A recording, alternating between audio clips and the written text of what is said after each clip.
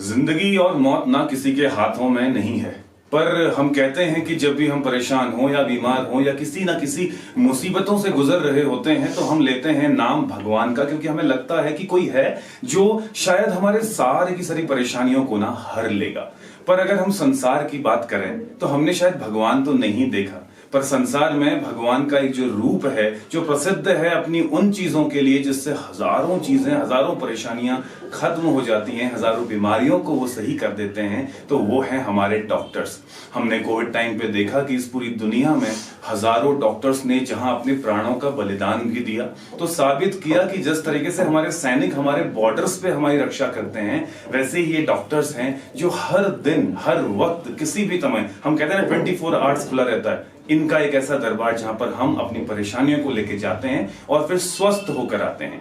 मैंने भी अपनी जिंदगी में ऐसे बहुत सारी परेशानियों को देखा है और ऐसे लोगों से भी मिला हूं जिन्होंने मेरी सारी परेशानियों को खत्म भी करा है, और उनमें से एक हमारा हॉस्पिटल है पिथौरागढ़ में जिसका नाम है बेस्ट हॉस्पिटल।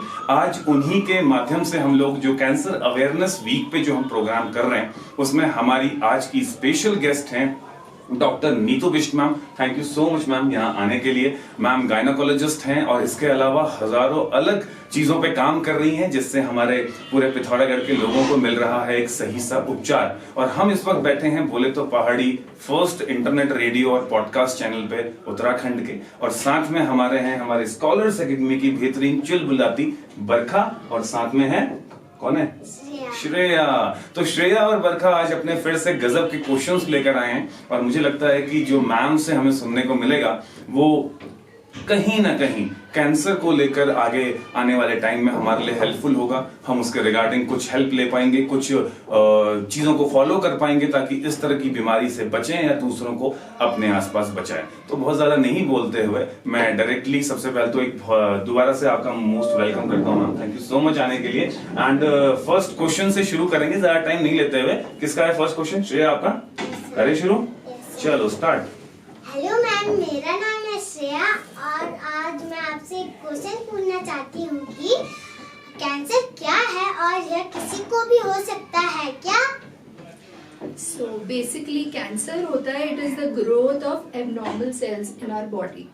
हमारी जो बॉडी है वो सेल से बनी होती है। Cell is like, you can say it is like the smallest structure in our body, right? तो कैसे बनती है? हमारी सेल से बनती है बॉडी। तो सेल्स यूजुअली ग्रो करते रहते हैं हमारी बॉडी में, और ग्रो करेंगे और फिर मर जाएंगे, राइट? तो this process is called apoptosis. तो वो मेच्योर होंगे और मर जाएंगे। तो ये सारी चीजें हमारा जो बॉडी है, इम्यून सिस्टम है, जीन्स है, वो अंडर कंट्रोल रखते हैं। सो नॉर्मली सेल्स ग्रो करेंगी, they will mature and they will die. But जब ये सेल्स एबनॉर्मल हो जाती हैं तो वो अनकंट्रोलेबली ग्रो करेंगी, राइट? वो ग्रो करती रहेंगी, there is nobody to stop them, right? हमारा इम्यून सिस्टम भी उनको रोक नहीं पा रहा है, हमारे जीन से उनको रोक नहीं पा रहे। They are just growing abnormally and they are forming a tumour and they are forming a lump anywhere in the body. तो कैंसर हमारी बॉडी में कहीं पर भी हो सकता है और किसी भी एज में हो सकता है। बच्चों में भी बहुत कॉमन है कैंसर। तो बच्चों में मोस्ट कॉमन है blood cancer. Okay, thank you ma'am. तो मुझे लगता है कि जो इन्फॉर्मेशन है बहुत ज्यादा अच्छा है और श्रेया का क्वेश्चन भी बहुत ज्यादा जेन्युइन है। और आजकल हम देखते हैं कि बहुत सारे लोग इस बीमारी का शिकार कहीं ना कहीं हो रहे हैं इस पूरी दुनिया में, और क्योंकि भारत की आबादी बहुत ज्यादा है तो लाजमी है कि यहाँ पर इस चीज के जो पेशेंट्स होते हैं वो बहुत ज्यादा होते हैं। और क्योंकि इस पूरे की पूरी डिजीज में बहुत सारी तरह की लाइक कैटेगरीज हैं, जैसे मैम ने ब्लड कैंसर बताया, इस तरीके से पूरी बॉडी में हजारों तरह के प्रॉब्लम्स आते हैं। तो देखते हैं आगे और क्या क्या हमें जानने को मिलता है इस पर्टिकुलर बीमारी के बारे में। तो नेक्स्ट क्वेश्चन बरखा आपका है। Thank you ma'am. और हेलो दोस्तों, मैम आप यहाँ आई तो मुझे बहुत अच्छा लगा। मेरा फर्स्ट क्वेश्चन ये है, कैंसर के मुख्य कारण क्या हैं और इसके लक्षण को कैसे पहचानें? कैंसर बेसिकली क्यों होता है? हमारी जो डाइट है या बेसिक मेन रीजन है हमारा यूवी रेडिएशन। सन से बहुत ज्यादा आपको बचना चाहिए, आपको केमिकल से बचना चाहिए। हमारा एनवायरनमेंट इतना पोल्यूटेड हो गया है, like our environment is full of pollution, chemicals, और जो यूवी रेडिएशन है उनसे हमें बचना चाहिए। Smoking, alcohol mostly in men, right. तो इन सब चीज़ों से वैसे कोई खास स्टडीज हुई है इसके, लेकिन कोई खास as such you can not say कि स्पेसिफिक इसी चीज़ से कैंसर होता है। कैंसर किसी से भी हो सकता है and mostly it is genetic. अगर आपके फादर को है या आपके ग्रैंड पेरेंट्स को कैंसर रहा है then you should be aware, क्योंकि वो जो एनवायरमेंटल फैक्टर्स हैं आपकी जीन्स के ऊपर हावी हो जाएंगे और फिर वो कैंसर पनपने लगेगा आपके ऊपर। तो you have to be careful, like आप अच्छी डाइट लो। डाइट अच्छी क्या होती है? It's like fresh vegetables and fruits आपकी डाइट में होने ही चाहिए, no matter what you eat. Junk food भी खाते हैं हम बच्चे, सब खाते हैं, but fresh vegetables and fruits जरूर खाइए, दूध लीजिए, everything you should have in moderate amount. And sunlight से बचना बहुत ज़रूरी है, स्पेशली जैसे आप देखते हो ऑस्ट्रेलिया में। अभी हम ऑस्ट्रेलिया गए थे तो वहाँ पे एक ओजोन लेयर है ही नहीं, राइट। तो वहाँ पर आपको विद इन 11 मिनट्स सनबर्न हो जाता है। तो वहाँ पर जो फॉरेनर्स हैं उनमें you know the blood like skin cancer is really common. तो आपको सनस्क्रीन यूज़ करो और सन में ज़्यादा मत जाओ, ये तो क्योंकि स्किन कैंसर हो जाता है उससे। और आप जला भुना मत खाओ, right. So all these things you can take care. Otherwise as such कोई फूल प्रूफ नहीं है कि ये करने से। और fatty food and sugary food you need to avoid. Yeah, foods that are high in fat and high in sugar. तो वो आप avoid कर सकते हो to avoid cancer. But आप completely cancer को avoid नहीं कर सकते, ये किसी को भी कभी भी हो सकता है। Nice. तो जो हमें यहाँ से सीखने को या जानने को मिल रहा है बरखा के क्वेश्चन के चलते, वो यही है कि इस चीज का अभी तक कोई क्योर नहीं है और ये भी नहीं पता कि ये कब किसको कैसे और कहाँ हो जाए। तो सबसे अच्छी बात यही है जो हम कर सकते हैं, वो यही है कि हम लोग अपने खाने का ध्यान दें। मैम ने हमें बताया कि फैटी और शुगरी जो हमारा लाइक बहुत ज्यादा हमारे पहाड़ों में कहते हैं ना, बहुत ज्यादा घी खा लो, तेल में भुनी हुई पूरियां, मजा आ रहा है। तो वो सारी की सारी चीजें, बरखा आज पूजा है ना घर पे, तो ज्यादा पूरी नहीं खाना है, ठीक है, थोड़ा थोड़ा खाना है ना। तो ये जो चीजें हैं ये कहीं ना कहीं हमें रोकना है। और शुगर इनटेक, ये मैं अभी WHO का रिसर्च में ही पढ़ रहा था कि white salt and white sugar Indian सबसे ज्यादा कंज्यूम कर रहे हैं, जैसा कि नहीं होना चाहिए। तो मुझे लगता है कि ये बहुत ज्यादा हार्मफुल है। तो हमारा बचाव ही हमारा सब कुछ है, हमारी सेफ्टी से ही हमें चीजों को आगे बढ़ाना है। तो बहुत अच्छा कॉन्वर्सेशन चल रहा है एंड मैम के आंसर्स जेन्युइनली मुझे बहुत हेल्प करेंगे और जितने भी हमारे पेरेंट्स होंगे, जितने भी लिसनर्स होंगे, वो जरूर इससे कहीं ना कहीं बहुत अच्छा बेनिफिट लेंगे। थर्ड क्वेश्चन बरखा आपका है? नहीं, किसका है? बताओ श्रेया, क्या है क्वेश्चन आपका? मेरा सेकंड क्वेश्चन है कि कैंसर से कैसे बचा जाए और हमें कैंसर जैसी बीमारियों से बचने के लिए कैसी डाइट फॉलो करनी चाहिए? डाइट का तो मैंने आपको अभी बताया कि आप हेल्दी डाइट लो, ठीक है। Lots of vegetables and fruits in your diet. आप जंक फूड खा रहे हो तो कोई बात नहीं, थोड़ा बहुत चलता है, बट आप अगर आप एक मॉडरेट अमाउंट में वेजिटेबल्स और फ्रूट्स लोगे तो आप कैंसर से बच सकते हो, ठीक है। और यूवी रेडिएशन से दूर रहो, सनस्क्रीन यूज करना चाहिए रोज, जो कि आई थिंक नोबडी यूजेस, मुश्किल है ना। इंडिया में भी कोई यूज नहीं करता है, तो ये एक तरीका है। बाकी आप सिगरेट, स्मोकिंग एंड अल्कोहल, इनसे दूर रहना चाहिए, है ना। और शुगर, वैसे बोलते हैं कि अगर आप शुगर अपनी डाइट में अवॉइड कर सको तो it's the best, but sugar I mean you can not completely avoid, तो कम कर दीजिए। क्योंकि एनी हाउ अगर आपकी फैमिली हिस्ट्री में डायबिटीज है या हाइपरटेंशन है। अच्छा, weight control is also very important and it plays a very important role कि आप ओबीज नहीं होने चाहिए, तो आपको वेट मैनेज रखना चाहिए पूरी life. And yes, exercise plays a very important role. अगर आप रोज 15 मिनट भी एक्सरसाइज करते हो तो आपकी काफ़ी हद तक लाइफ बढ़ जाती है, एंड कैंसर से तो डेफिनेटली वो बचाएगा आपको। तो एक्सरसाइज तो यू हैव टू डू। तो वेंसडे और सैटरडे हम लोग क्या करते हैं? सुबह सुबह जुम्बा डांस। और बाकी दिन हम क्या करते हैं? जो योगा।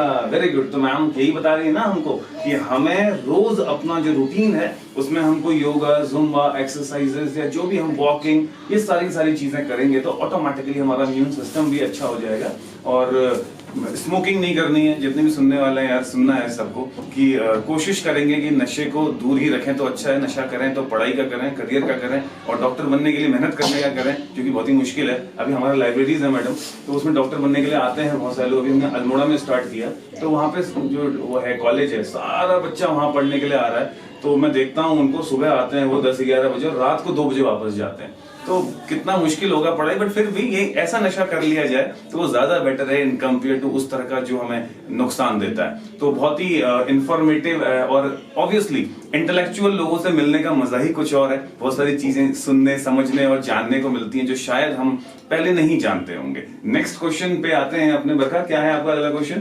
कैंसर के इलाज और दवाई के बारे में आप हमें थोड़ा सा बताएंगे? राइट, तो कैंसर एक्चुअली पूरी बॉडी में हो सकता है एक्सेप्ट हार्ट में कैंसर नहीं होता है, क्योंकि वहाँ पे सेल रीजनरेट नहीं करती हैं, या यू कैन से they don't mature at that rate, है ना। तो ब्रेन का कैंसर होता है, आपको लंग कैंसर होता है, आपको ब्रेस्ट कैंसर होता है। मेल्स में क्या कॉमन है? Lung cancer, prostate cancer, urinary bladder and everywhere. You can have cancer anywhere, right. तो क्या पूछा आपने? दवाइयों के नाम। दवाइयाँ। सो बेसिकली आप कीमोथेरेपी होती है जो कैंसर सेल्स को मारती है। तो कैंसर जैसे बनता है, सेल्स डिवाइड करती हैं, तो उनको आपको रोकना है, सेल डिवीजन रोकना है। तो कीमोथेरेपी हो गया, रेडिएशन हो गया, रेडिएशन थेरेपी होती है, कीमोथेरेपी होती है, which I can explain in detail. तो ये सारी चीजें होती हैं, बस इन्हीं से कैंसर ट्रीटमेंट होता है। है ना। और इसी के साथ साथ मुझे लगता है थोड़ा सा, जैसे मैं आपने पहले बताया ना हमको, कि हमें पहले से ही सोच के रखना है कि कभी भी बीमार हो सकते हैं। तो कुछ कुछ चीजें कम करनी, खूब एक्सरसाइज करनी है, खूब फ्रूट्स खाना है ना, और योगा भी करना है, मेहनत भी करनी है, सोच भी अच्छा रखना है ना, तभी तो हम अच्छे इंसान बनेंगे। जब सोचेंगे अच्छा तो वैसे ही डिजीज हमारे पास नहीं आएगा। ठीक है, तो इन चीजों का ध्यान रखना है साथ में। मुझे ये भी मैम एक डाउट रहता है कि लोगों को बहुत बार वो अनअवेयर्ड होते हैं। जैसे हमारे पहाड़ों में स्पेशली ये होता है, ये मेरा क्वेश्चन है बरखा, मैं पूछ लूं पहले? हाँ, वेरी गुड। तो पहाड़ों में बेसिकली ये रहता है कि बहुत बार लोगों को बीमारियां हो जाती हैं, लेकिन वो उनको ये लगता है कि यार बीमारी हमारी नहीं है, ये कुछ हमारे आसपास के चीजें हैं जिससे हमें इम्पैक्ट हो रहा है, तो वो छोटे में टाल देते हैं। तो मैं आपसे जानना चाहता हूँ कि क्या हमें कोई भी परेशानी है तो उसका मेडिकल ट्रीटमेंट कराना कितने टाइम में जरूरी है, मतलब कितना जल्दी करें?